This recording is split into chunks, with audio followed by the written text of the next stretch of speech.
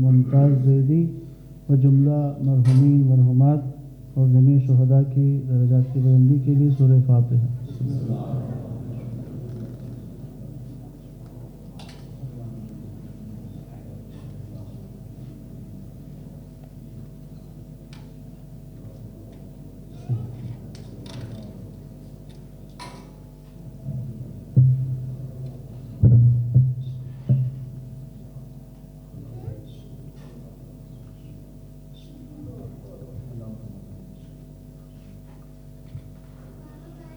بر محمد و آل محمد صلوات اللہم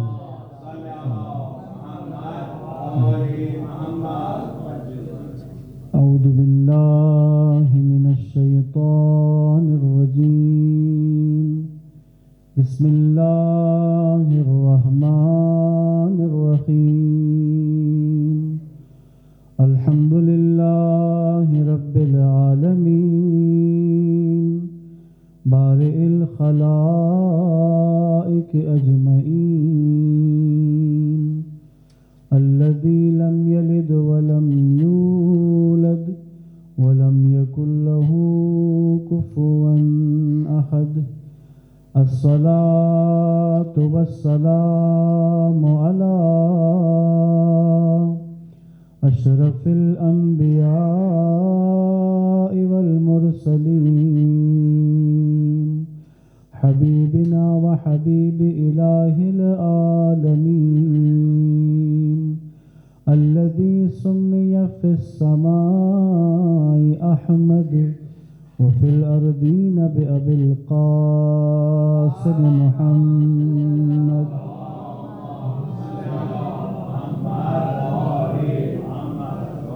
وعلى آله الطيبين الطاهرين المعصومين واللعنة الدائم على أعدائهم أجمعين من يوم عداوتهم إلى قيام يوم الدين السلام عليك يا أبا عبد الله وعلى الأرواح التي حلت بفنائك عليك مني سلام الله أبدا ما بقيت وبقي الليل والنهار ولا جعله الله آخر العهد مني لزيارتكم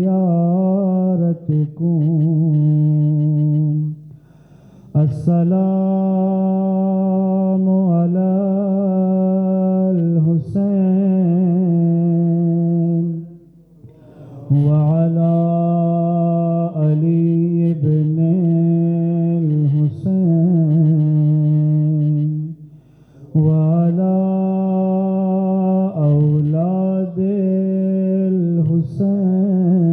الحسين وعلى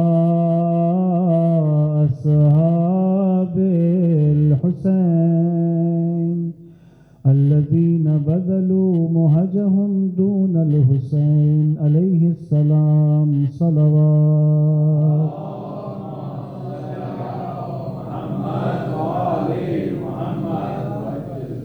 سب سے پہلے بارگاہ رب العزت میں دست و دعا ہیں پروردگار ہماری اس عبادت کو اپنی بارگاہ میں قبول فرمائیں، ہمیں اس عزاداری کا بہترین سے بہترین اجر عنایت فرمائیں، سید الشہداء کے عزاداروں میں ہمیں محشور فرمائیں۔ بانیان مجلس کا اہتمام کرنا، آپ سب کا تشریف لانا، ہمارا حاضر ہونا، پروردگار اس پرسے کو سید کائنات کے حضور قبول فرمائیں، ہمارے لیے توشہ آخرت قرار دیں۔ فرش ازا پر موجود آپ تمام مومنین مومنات سب کی دعاؤں کی استجابت، حاجات کی برآوری، اور جتنے مومنین مومنات نے ہم سے دعا کے لیے کہا ہوا ہے ان سب کی دعاؤں کی استجابت، حاجات کی برآوری، مولا امام زمان کے ظہور کی تعجیل اور مجلس کی قبولیت کی دعا کو شامل کرتے ہوئے ان سب دعاؤں کی قبولیت کے لیے درود پڑھیے گا محمد و آل محمد۔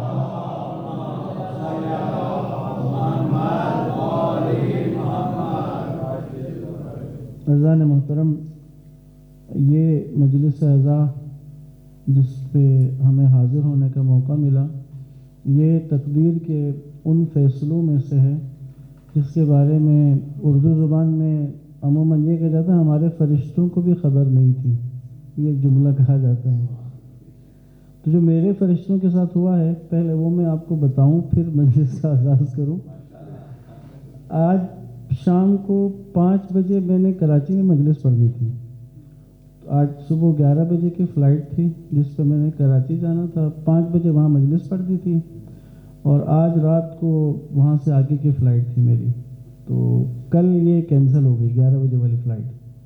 تو ہم نے پھر وہاں دوست تھے ان سے، مولانا صاحب سے کہا کہ وہ مجلس پہ آپ پڑھ دیں۔ تو لیکن یہ تھا کہ شب شہادت کی مجلس جو ہے اس کا دل میں تھا کہ شب شہادت امام موسیٰ کاظم علیہ السلام کی اگر مجلس کا اعزاز ملتا، توفیق ملتی، تو ایک بھی دل میں آرزو ضرور تھی۔ تو ابھی اس مجلس سے کوئی 1.5-2 گھنٹے پہلے مجھے برادران نے کال کی، کہا کہ مولانا صاحب نے آنا تھا، وہ آ نہیں پائے ہیں، اگر آپ آ سکیں۔ تو مجھے یہی لگا کہ وہ میرا لوکیشن مجلس کی چینج کر دی گئی تھی رات میں ہی، تو اس کا ہمیں ظاہر اندازہ نہیں ہوتا اتنا زیادہ۔ تو یہ خدمت چونکہ پروردگار نے نصیب کی ہے، تو اس کا شکر ادا کرنے کے لیے اور ہم سب کی طرف سے اس توفیق پر کہ فرش اعزا پر آنے کا موقع ملا ہے، شکریہ کے لیے ایک درود پڑھیں گے محمد و آل محمد۔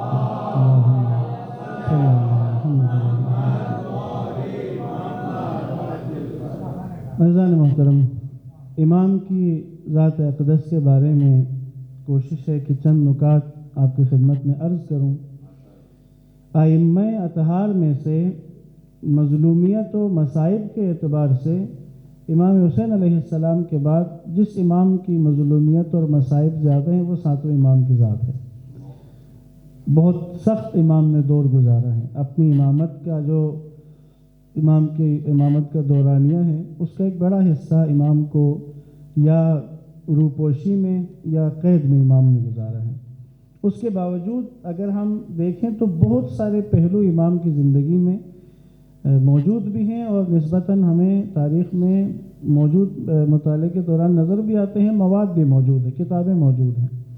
چند نکات میں نے انتخاب کیے ہیں کہ جو آپ کی خدمت میں عرض کروں گا کہ امام علیہ السلام کی زندگی میں چند واقعات اگر یہاں پر موجود آپ سب بھی استفادہ کریں، اور بچوں کے لیے بھی استفادے کا ایک نقطہ بچوں کے عنوان سے جو ہم سب کے لیے استفادے کا ہے، وہ 7ویں امام کے بچپنے کا ایک واقعہ ہے جب امام کی عمر 3 سال کی ہے۔ 3 سال کی عمر مبارک ہے، اور اس 3 سال کی عمر میں ایک بکری کا بچہ تھا جس کے ساتھ کھیلتے تھے امام علیہ السلام۔ اس بکری کے بچے کے ساتھ امام کھیلتے تھے، اور کھیل کیا ہوتا تھا امام کا؟ سجدہ کرتے تھے پہلے خود، اس کے بعد اس بکری کے بچے کو بھی سجدہ کرواتے تھے، یہ آپ کا کھیل تھا۔ علامہ ذہن جوادی ایک جملہ لکھتے ہیں بہت خوبصورت ہے، کہتے ہیں ذرا سوچیں، جو امام اپنے سے منسوب بکری کے بچے کو بھی سجدے کے بغیر قبول نہ کرتے ہوں تو وہ اپنے ماننے والوں کو بغیر سجدے کے کیسے قبول کریں گے؟ یعنی ایک حیوان جو ہے وہ بھی اگر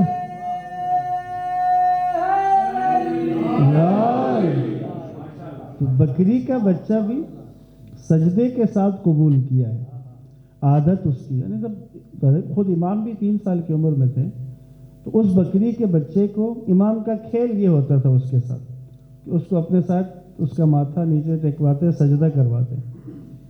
اسی طرح ایک نقطہ اور کہ جو نسبتاً خود سیرت کے ایک اہم پہلوؤں میں سے ہے، ائمہ اپنے دور کے فصیح ترین، یعنی اس دور میں جب عربی کا بول بالا بھی تھا اور عرب فصاحت کے ساتھ بولنے کو کسی کی بڑائی برتری شمار کرتے تھے، تو اس میں ائمہ پورے عرب میں سے افصح اللسان ہوتے تھے، ان سے زیادہ فصیح کوئی نہیں ہوتا۔ ظاہر ہے کہ نہج البلاغہ اس وقت سب کے لیے ایک دلیل کے طور پہ موجود ہے۔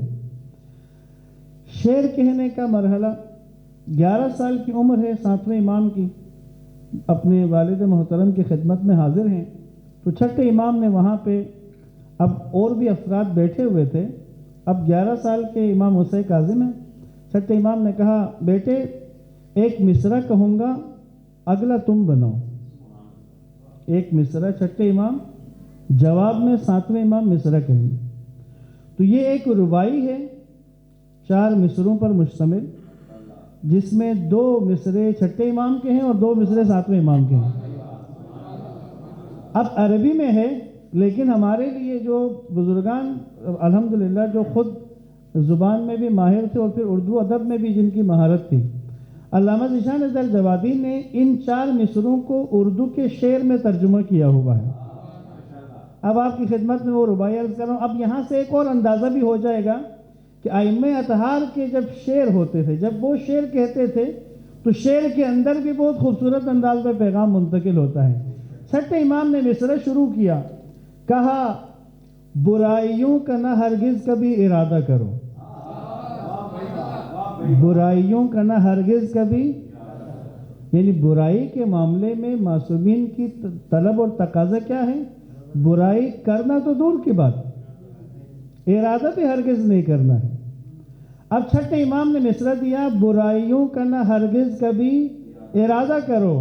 7ویں امام نے کہا کرو جو خیر تو کچھ اور بھی زیادہ کرو.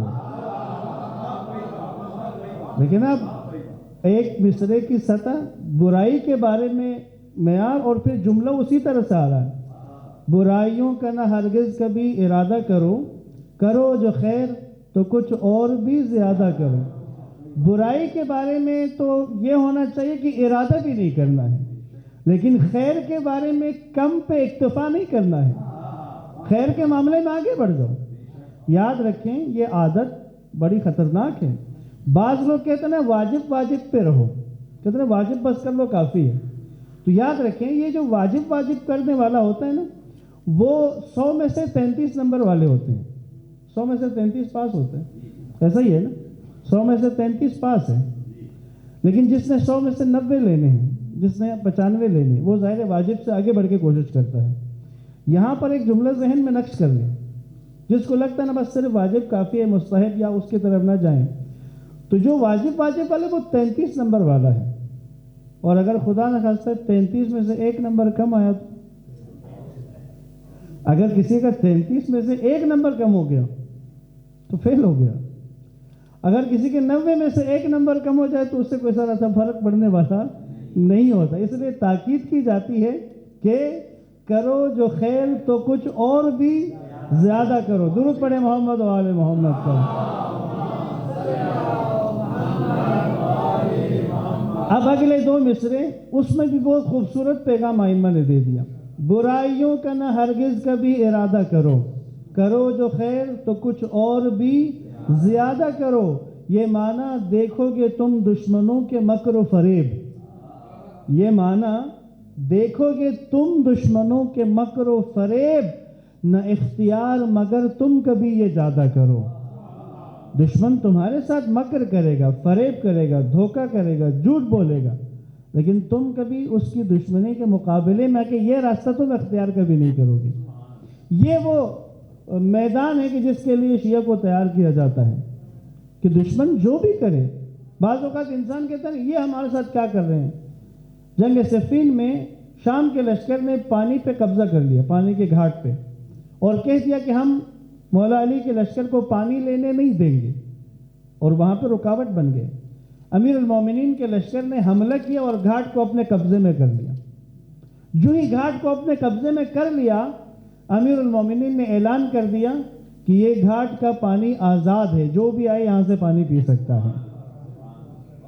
تو مالک اشتر سے قندہ قبیلے کے کسی فرد نے کہا دشمن ہمارے ساتھ کیا کر رہا ہے، کیا ہم ان کے ساتھ وہی نہ کریں؟ تو مالک نے کہا تم نے علی کو پہچانا نہیں ہے کہ ہم دشمن کی جو وہ کرتا ہے وہ ہمارا کردار نہیں ہے، وہ اپنے کردار پر ہے. ہم اپنے کردار کا مظاہرہ کریں گے. ہم دشمن کے جواب دینے کی خاطر اپنی منطق سے، اپنی روش سے ہٹنے والے نہیں ہے. درود پڑھیے گا محمد و آل محمد.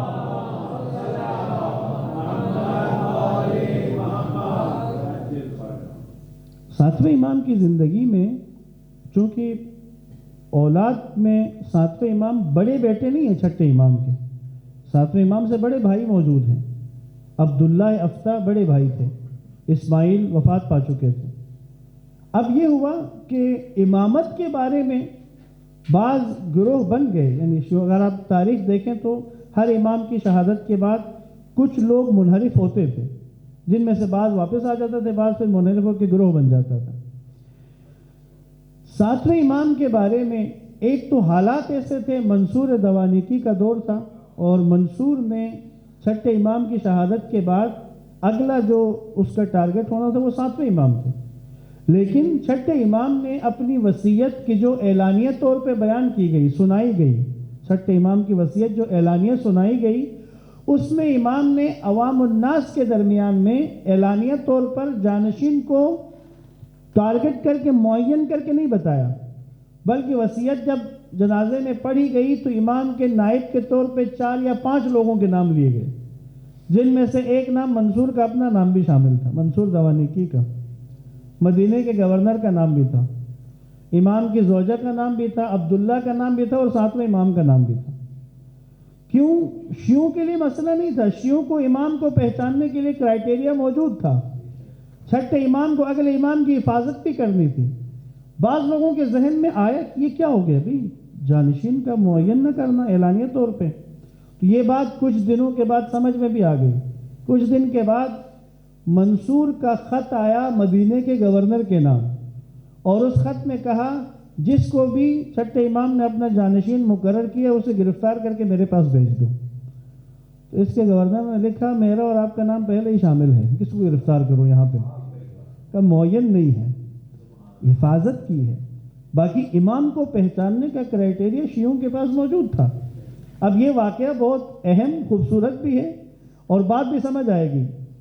مدینے میں چھٹے امام کی شہادت ہوئی ہے، مدینے میں اگلے امام ہیں، لیکن ابھی اعلانیہ طور پہ عوامی جگہ پر حتیٰ شیعوں کی عوام میں بھی معلومات نہیں ہیں، لیکن کرائٹیریا شیعوں کو پتا تھا کہ امام کو پہچاننا کیسے ہے۔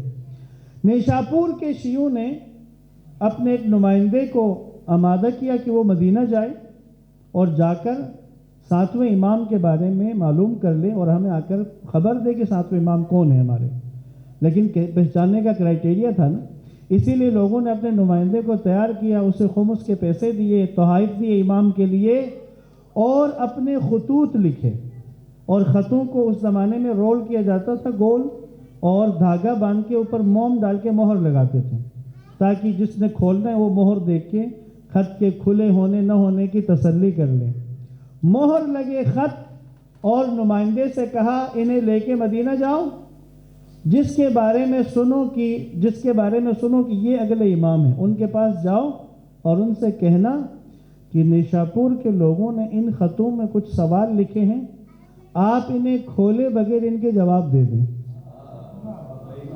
آپ ان خطوں کی مہر کو کھولے بغیر ان خطوں کے جواب دے دیں۔ جس نے کھولے بغیر جواب دیے سمجھ جانا امام وہی ہے، اور جو تم سے جس کے امام ہونے کا پتہ چلے لیکن وہ ان خطوں کے جواب بغیر کھولے نہ دے سکے تو سمجھ جانا کہ وہ امام نہیں ہے، تو پھر اسے ہمارے تحائف اور ہمارا خمس نہ دینا۔ اس نے سفر کی تیاری کی تو اس علاقے میں ایک بزرگ ضعیفہ خاتون مومنہ تھی جس کا نام تھا شتیتا۔ شتیتا کو پتہ چلا کہ امام کے پاس جانے والا ہے، آئی اس کے گھر میں، کہا سنا امام کے پاس جا رہے ہو؟ ہاں امام کے جا رہا ہوں، میرا بھی خمس لے کے جاؤ، ایک تحفہ میرا بھی لے کے جاؤ۔ کہاں دے دوں؟ اس نے 1 درہم نکال کے دیا، 1 درہم کہ یہ میرا خمس ہے، اور ایک کپڑے کا ٹکڑا دیا کہ یہ میری طرف سے امام کو تحفے میں دے۔ اس نے وہ بھی رکھ لیا، لیکن اس کے ذہن میں آیا وہ ہزاروں درہم ہیں، سینکڑوں دینار ہیں، بیچ میں اس کا ایک سکہ، 1 درہم، وہ بھی پرانا سا سکہ درہم کا۔ خیر اس نے رکھ لیا سامان میں، مدینے میں پہنچا، جن سے اس کا تعلق تھا، واسطہ تھا، ان سے پوچھا امام کون ہے؟ کہا عبداللہ ہے، عبداللہ افتح۔ یہ چلا گیا ان کے پاس، سلام بیٹھنے کا، کہا کہ میرے پاس خراسان کے نیشاپور کے لوگوں کے خط ہیں، اگر آپ ان خطوں کو کھولے بغیر ان کا جواب دے دیں تو پھر میں آپ کے ہاتھ پہ ان کی طرف سے بیعت کروں۔ عبداللہ نے کہا یہ کوئی ذہن میں آنے والی بات ہے کہ کسی کے خط کا جواب وہ بھی کھولے بغیر؟ وہ بات کرو جو سمجھ میں آئے۔ تو اس کو بات سمجھ آ گئی، اس نے کہا پھر میں آپ کی بیعت نہیں کروں گا امام کے طور پہ۔ واپس اپنے اس سرائے میں جہاں پہ رکا ہوا تھا وہاں چلا گیا، سوچا کہ فجر کی نماز پڑھ کے نکل جاؤں گا، کیونکہ اب امام تو یہاں پہ نہیں ہے، وہاں جا کے بتا دوں گا لوگوں کو۔ فجر کی نماز کے وقت اس کے دروازے پہ دستک ہوئی، باہر نکلا ایک شخص ہے، اس نے کہا تم فلاں ہو، نام لے کے؟ کہا ہاں۔ کہا آؤ تمہیں امام نے بلایا ہے۔ اس کے ذہن میں آئے شاید عبداللہ نے دوبارہ بلایا۔ اس نے کہا رات میں نے ملاقات کر لی ہے، میرا مطالبہ وہی ہے۔ اس نے کہا رات تم نے کس سے ملاقات کی ہے؟ کہا عبداللہ سے۔ کہا نہیں، تمہیں امام موسیٰ کاظم نے بلایا ہے۔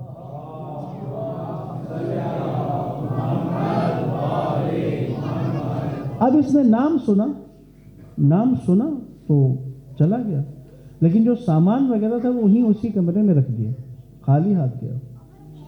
یہ جب امام کی بارگاہ میں حاضر ہو، ابھی یہ بیٹھا ہی تھا سلام کر کے، اس سے پہلے کہ یہ کچھ کہے ساتویں امام نے کچھ کاغذ اس کے سامنے رکھ دیے اور رکھ کے کہا اس میں ان خطوں کے جواب ہیں جو تم لے کر آئے ہو۔ اب اس نے خطوں کا تذکرہ بھی نہیں کیا ہے، خطوں کے جواب ہیں کہ جو تم لے کر آئے ہو۔ آگے بڑھ کے امام کے ہاتھوں کو بوسہ دیا تو امام نے کہا جب واپس جانا تو فلاں خط والے کو کہنا کہ تم نے خط سیاہی سے نہیں لکھا تھا، اپنے لعاب سے لکھا تھا، لیکن ہم نے وہ بھی پڑھ لیا ہے اور تمہارے سوال کا جواب تمہیں دے دیا ہے۔ اس نے کہا مولا مجھے اجازت دیں، میں ذرا سرائے میں جاؤں اور وہاں جا کے وہ خمس اور تحائف ہیں وہ لے کر آؤں آپ کی خدمت میں۔ امام نے فرمایا نہیں، ہم ان کے خمس اور تحائف کو قبول نہیں کریں گے، کیونکہ جب تم نشاپور سے نکلے ہو تو عبداللہ کا ایک نمائندہ وہاں پہنچا اور انہوں نے عبداللہ کے لیے اس نے نمائندے کے ہاتھ پہ بیعت کر لی ہے، ہاں لیکن شتیتہ نے جو تمہیں 1 درہم دیا تھا وہ لا کر بھیجا تھا۔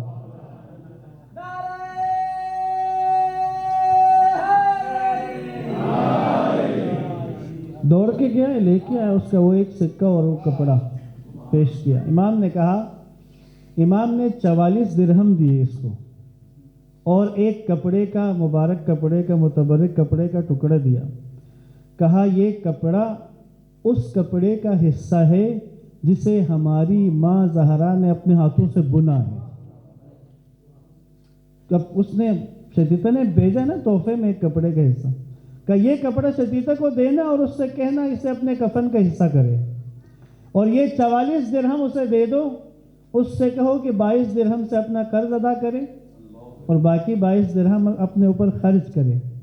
جب یہ 22 درہم ختم ہو جائیں گے تو شتیتہ اس دنیا سے رخصت ہو جائے گی۔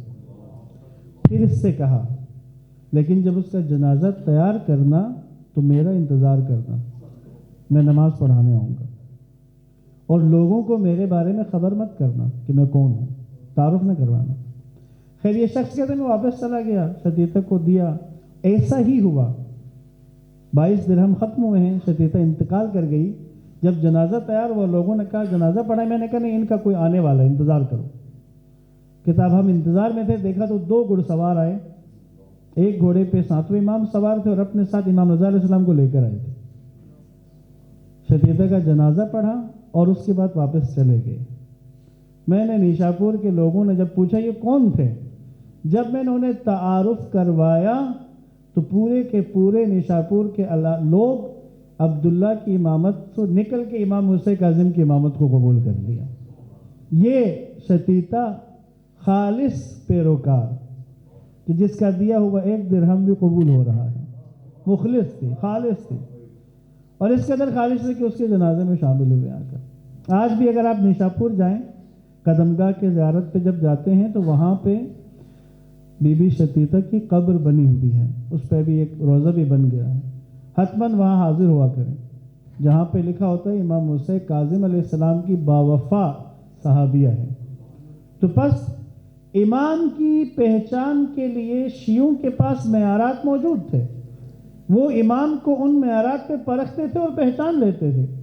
اسی لیے چھٹے امام نے اپنے جانشین کو کے اعلان کو مخفی رکھا، قریبی اصحاب کو، اصحاب السر کو معلوم تھا، باقی شیعوں کے پاس پہچاننے کے لیے کرائیٹیریا موجود تھا۔ درود پڑھیے گا محمد و آل محمد۔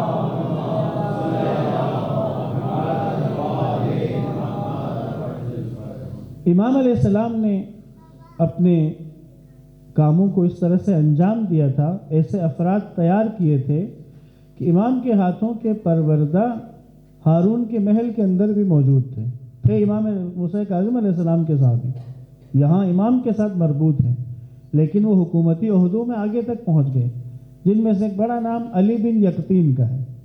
علی بن یقطین کوفہ کے رہنے والے، بہت ذہین اور ایڈمنسٹریشن میں ماہر تھے، جلدی وہ نظر میں آگے گورنمنٹ کی، اور انہوں نے ان کو اپنے لیے اپنے کاموں کے لیے چنا۔ امام علیہ السلام نے اجازت دی علی بن یقطین کو کہ تم جاؤ اور وہاں رہتے ہوئے اجتماعی طور پر مومنین کے لیے، مظلومین کے لیے کام کرو۔ کوفہ کی گورنر سطح کی ایڈمنسٹریشن میں شامل ہوئے تو جلدی ہی ہارون کی نظر میں بھی آ گئے، اور ہارون نے ان کو اپنے پاس بلا لیا، اور جلد ہی ہارون کا وزیر اعظم بن گیا۔ ہارون کے وزیر اعظم لیکن امام موسیٰ کاظم سے مربوط ہیں، اور اپنے حساب سے جو کام امام ذمہ لگا رہے ہیں ان کو انجام دے رہے ہیں۔ اور امام علیہ السلام نے علی بن یقطین کی حفاظت کے لیے باقاعدہ اقدامات کیے تھے۔ اب بنو عباس کے بعض گروہوں میں سے کچھ لوگ علی بن یقطین پہ مشکوک تھے، اور وہ ہارون کو کوشش کرتے تھے کہ علی بن یقطین کے خلاف کریں۔ ہارون نے ایک قیمتی عبا علی بن یقطین کو تحفے میں دی، کسی بات پہ خوش ہو کے۔ عبا بہت قیمتی تھی، علی بن یقطین لے کے گھر آیا، عبا کو پیک کیا، اپنا خط رکھا اور غلام کے ساتھ مدینے بھجوا دی امام کی طرف کہ یہ قیمتی عبا ہے، امام کے پاس ہونی چاہیے۔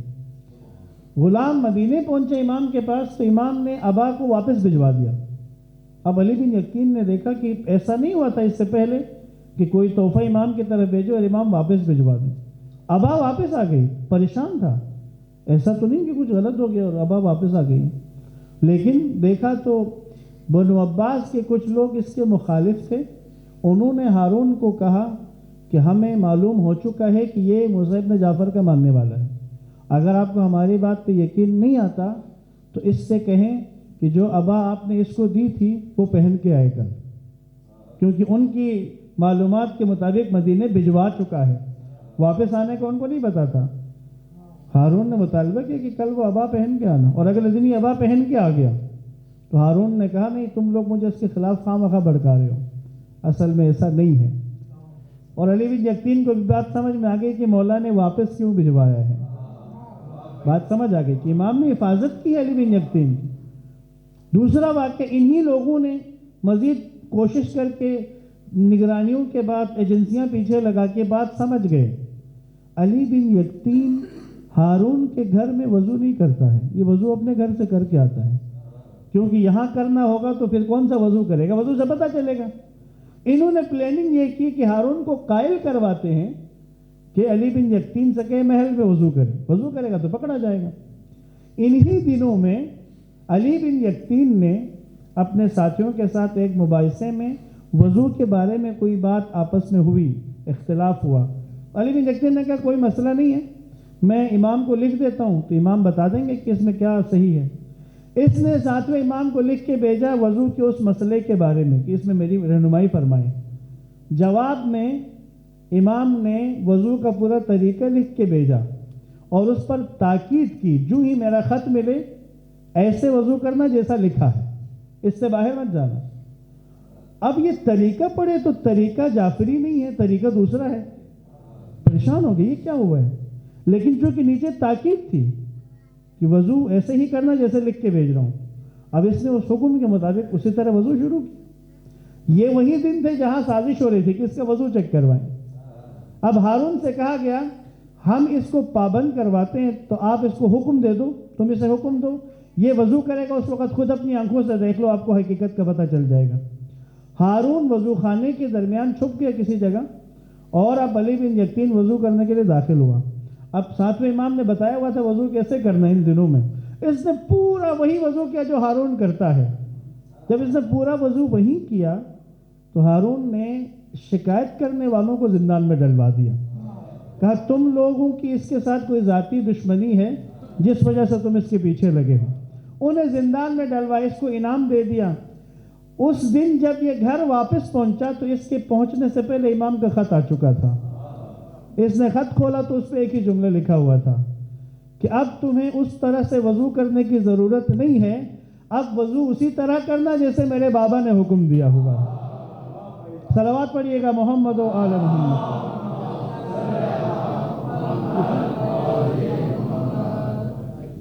بس زندان میں جب امام کو قید و بند میں ڈالتے تھے، خود ہارون کے دور میں 3 زندان تبدیل کیے گئے ہیں۔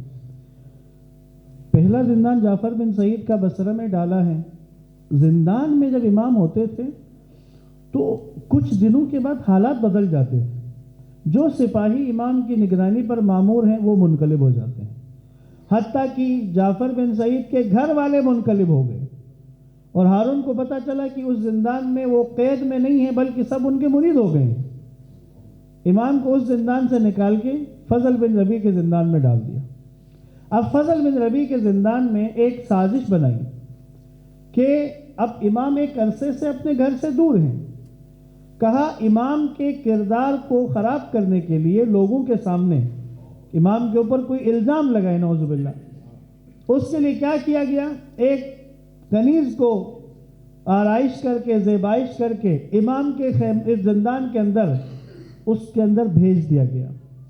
اب ان کا تھا کہ ہم اس کے اوپر کوئی الزام امام کے اوپر لگائیں گے، لیکن کچھ وقت کے بعد انہوں نے جا کے جھانکا تو منظر عجیب تھا۔ امام آگے سجدے میں تھے، دیکھا تو کنیز پیچھے سجدے میں گریہ وزاری کر رہی تھی، رو رہی ہے، گریہ کر رہی ہے۔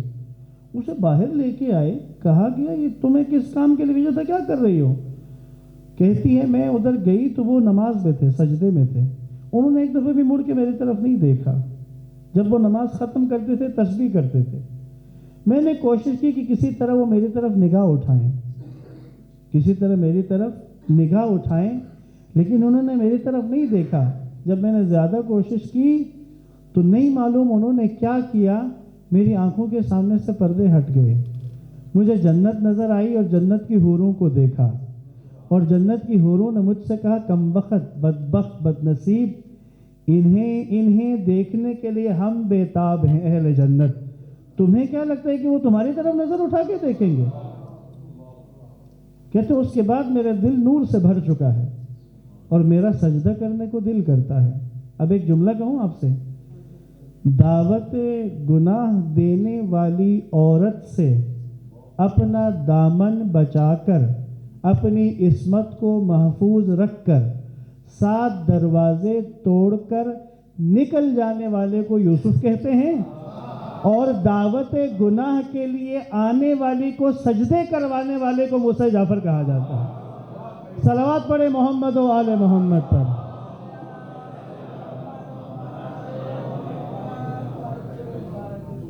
سجدے کروا دے، آئی کس مقصد سے تھی، اور سجدہ و عابدہ بن کے نکلی ہے۔ پس عزیزان محترم، زندان ایک ایسا موضوع تھا کہ جو سخت ہے امام کے لیے۔ امام کو زندان کی سختی کیوں، کس لیے تھی؟ اس لیے جب پوچھا گیا کہ مولا کیا مشکل ہے، کہا نہیں، جسم کے لیے تکلیف نہیں ہے، بس نماز کے قیام کے لیے کھڑا ہونا چاہتا ہوں، کھڑا نہیں ہوا جاتا، اس کی چھت اتنی تنگ ہے، سجدہ کرنے کے لیے بھی مشکل پیش آتی ہے۔ یعنی امام کے لیے یہ زندان عبادت کے لیے مشکل ہے، اس لیے مشکل لگ رہا ہے، اس کے علاوہ دشواری نہیں ہے۔ جس وقت امام کو ہارون سے پہلے بھی امام چند دفعہ قید ہوئے ہیں، لیکن اس میں واپس چلے گئے ہیں، زندان سے رہا ہو کے واپس گھر گئے ہیں، لیکن جب ہارون کے دور میں امام کی قید کا مرحلہ آیا اور مدینہ سے امام کو لے کے جانے لگے، تو امام نے اپنے فرزند سے، امام رضا علیہ السلام سے ایک جملہ کہا، اس کے بعد پورے گھر میں ایک کوہرام بپا ہو گیا۔ امام نے بس ایک ہی جملہ کہا، فرزند اس بار تمہارا بابا ویسے ہی جا رہا ہے جیسے ہمارے جد حسین گئے تھے مدینہ سے، اجرکم اللہ، ایسے ہی کہ جیسے ہمارے جد حسین گئے تھے، یعنی کیا، اب واپس نہیں آئیں گے، اب واپس لوٹنا نہیں ہے، اجرکم اللہ۔